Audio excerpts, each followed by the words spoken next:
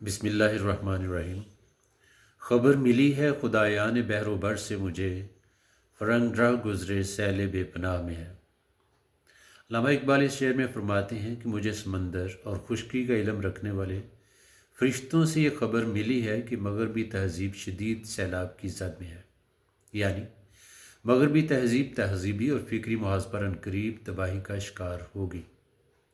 अज़ीज़ तलबा, अल्लामा इकबाल 1905 में यूरोप गए और 1908 ईस्वी में तालीम मुकम्मल करके हिंदुस्तान वापस आए।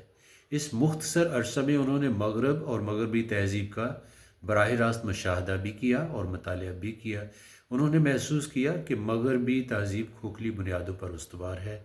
बज़ाहिर ये तरक्की करती दिखाई देती है, लेकिन ये अपनी तहज़ीबी तरक्की के बोझ तले दब कर तबाह हो जाएगी। अज़ीज़ तलबा, मगरबी तहज़ीब से मुराद वो तहज़ीब है जो गुज़श्ता 400 सालों के दौरान यूरोप में उभरी। इसका नुक्ता आगाज़ 16वीं सदी है, जब मशरक़ी यूरोप पर तुर्कों ने कब्ज़ा किया। लातीनी और यूनानी उलूम के माहर वहाँ से भागकर मगरबी यूरोप में फैल गए। हिस्पानिया पर ईसाइयों का कब्ज़ा हुआ तो मुसलमानों की साइंसी उलूम में तरक्की का फ़ायदा अहले यूरोप ने उठाया।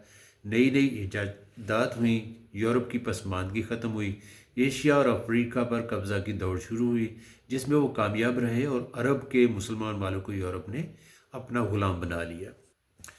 इसी तरह हिंदुस्तान पर कब्ज़ा करके यहाँ के मुसलमानों की तहज़ीबी और माशरती ज़िंदगी को तहबाला कर दिया। चनांचे अल्लामा इकबाल फरमाते हैं कि इकबाल को शक इसकी शराफत में नहीं है। इकबाल को शक इसकी शराफत में नहीं है, हर मुल्क में मज़लूम का यूरोप है ख़रीदार। अल्लामा इकबाल ने मगरबी तहज़ीब की खामियों पर नुक्ताचीनी की है और मुस्लिम मुआशरे को उनके मुज़र असरात से बचने की तलकीन की है। अल्लामा इकबाल ने मगरबी तहज़ीब पर जो तनकीद की है वो सियासी और फ़िक्री दोनों नौइयत की है। इकबाल के दौर में दो तरह के तबके थे। एक वो तबका जो मगरबी तहज़ीब और रवायात को नफ़रत की निगाह से देखता था, और दूसरा वो तबका जो ख़ुद को रोशन ख्याल समझता था और रोशन ख्याल समझते हुए मगरब की पैरवी को ज़िंदगी की माराज समझता था। चुनांचे फरमाते हैं कि वो हिकमत नाज था जिस पर खिरदमंदान मगरब को हवस की पंजाए खूनी में तेगे कारजारी है। तदब्बुर की फसूंकारी से मोहकम हो नहीं सकता, तदब्बुर की फसूंकारी से मोहकम हो नहीं सकता, जहाँ में जिस तमद्दन की बिना सरमायादारी है। इसी तरह फरमाते हैं कि ये पीरे कलीसा के करामात हैं आज, ये पीरे कलीसा के करामात हैं आज, बिजली के चिरागों से मुनव्वर किए अफकार, जलता है मगर शाम फ़लस्तीन पे मेरा दिल, तदबीर से खुलता नहीं ये उक़्दा दुश्वार। और फिर फरमाया कि यूरोप में बहुत रोशनी इल्म व हुनर है, यूरोप में बहुत रोशनी इल्म व हुनर है, हक़ ये है कि बेचश्मा हैवा है ये जुल्मात, ये इल्म, ये हिकमत, ये तदब्बुर, ये हुकूमत, ये इल्म, ये हिकमत, ये तदब्बुर, ये हुकूमत, पीते हैं लहू देते हैं तालीम मुसावात। साइंसी तरक्की ने मगरब को उरूज बख्शा, लेकिन इंसानियत का असल जौहर मौदूम हो गया। ये इल्म व फ़नून इंसान को हकीकी राहत और आसूदगी पहुँचाने में नाकाम हो गए। इन्हीं आसार को देखकर अल्लामा इकबाल ने फरमाया था कि नज़र को खीरा करती है चमक तहज़ीब हाज़िर की, नज़र को खीरा करती है चमक तहज़ीब हाज़िर की, ये सन्नाई मगर झूठे नगों की रेज़ाकारी है। और इसी बात की मज़ीद वजाहत यूँ की कि तुम्हारी तहज़ीब अपने खंजर से आप खुदकुशी करेगी, तुम्हारी तहज़ीब अपने खंजर से आप खुदकुशी करेगी, जो शाख नाजुक पे आशियाना बनेगा नापायदार होगा। तो इकबाल समझते हैं कि मगरबी तहज़ीब ज़ाहरी और ख़ारजी फलाह पर यकीन रखती है, रूह की पाकीज़गी और बुलंदी पर इसका कोई ध्यान नहीं है, जो कि इंसानी अफकार व अमाल का सरचश्मा है। मशीनी ज़िंदगी, ख़ानदानी निज़ाम की शिकस्त और रेख्त और मुक़द्दस रिश्तों की बेहुरमती आम है। मगरब में अखलाकी और रूहानी इक़दार से रूगर्दानी का सबब यह बना कि साइंस के इंकशाफात कदम कदम पर उनके जामद अकायद से टकराते थे। इल्म की रोशनी ने इन जामद अकायद को मुतज़लज़ल किया तो वो मज़हब और मज़हब की पेश करदा रूहानी इक़दार से ही मुनकर हो गए।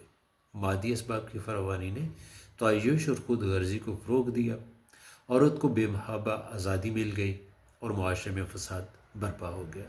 روحانی اور اخلاقی اقدار کی غیر موجودگی میں میخواری، مریانی، سود خوری اور اخلاقی پستی نے جنم لیا، اور ان امراض نے یورپی تہذیب کی بنیادوں کو کھوکھلا کر دیا۔ اقبال کو اس لیے ایوان فرنگ سست بنیاد نظر آیا اور وہ اسے ایک سیل بے پناہ کی زد میں سمجھتے تھے، اور اسی لیے فرماتے تھے خود بخود گرنے کو ہے پکے ہوئے پھل کی طرح، خود بخود گرنے کو ہے پکے ہوئے پھل کی طرح، دیکھیے پڑتا ہے آخر کس کی جھولی میں فرنگ۔ اقبال کے نزدیک مغربی تہذیب کی ایک خامی یہ بھی ہے کہ اس کی بنیاد اقلیت پرستی پر ہے، اور یہ عجیب بات ہے کہ جدید ترین تمدن افعال و افکار کو عقل کے علاوہ کسی اور کسوٹی پر پرکھنے کے لیے تیار نہیں۔ اقبال کے نزدیک عقل حقیقت تک پہنچنے کا کوئی موزوں ذریعہ نہیں ہے، اور اس ناموزوں پیمانے سے حاصل شدہ نتائج ہمارے لیے حتمی درجہ نہیں رکھتے۔ اگرچہ مغرب کے سارے فلسفی عقل پرستی کا شکار ہیں، لیکن اقبال اس کے مخالف ہے۔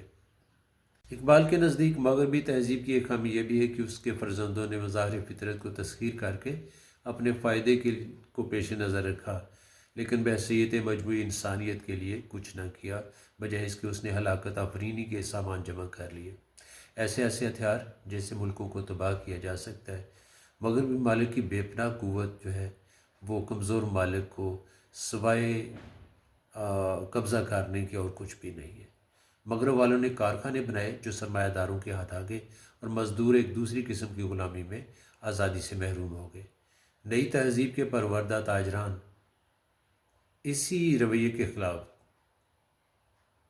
نئی تہذیب کے پروردہ تاجران فرنگ کے اسی رویے کے خلاف علامہ اقبال یہ کہنے پر مجبور ہوا کہ جسے کساد سمجھتے ہیں تاجران فرنگ، وہ شے متاع ہنر کے سوا کچھ اور نہیں ہے۔ دل کے لیے موت مشینوں کی حکومت ہے، دل کے لیے موت مشینوں کی حکومت، احساس مروت کو کچل دیتے ہیں آلات۔ الغرض علامہ اقبال نے مغربی تہذیب اور علوم کا گہری نظر سے مطالعہ کیا۔ اس معاشرے کا مشاہدہ کرنے کے بعد انہوں نے اپنے ان خیالات کا اظہار کیا۔ وہ مغربی معاشرے کی خامیوں اور خوبیوں سے اچھی طرح آگاہ ہوئے، چنانچہ انہوں نے مغربی تہذیب کی خامیوں پر نکتہ چینی کرنے کے ساتھ ساتھ ان مشرقی رہنماؤں کی بھی مذمت کی ہے جو مغرب کی اندھی تقلید کو شعار بنا کر ترقی یافتہ قوموں کے زمرہ میں شامل ہونے کی خوش فہمی میں مبتلا تھے۔ انہوں نے مغرب کی حقیقی خوبیوں کو چھوڑ کر صرف ظاہری باتوں کو لیا۔ علامہ اقبال اس رویے کے شاکی ہیں۔ چنانچہ مغرب کی انہی خامیوں کو پیش نظر رکھتے ہوئے انہوں نے فرمایا کہ خبر ملی ہے خدایان بحر و بر سے مجھے، فرنگ رہ گزرے سیل بے پناہ میں ہے۔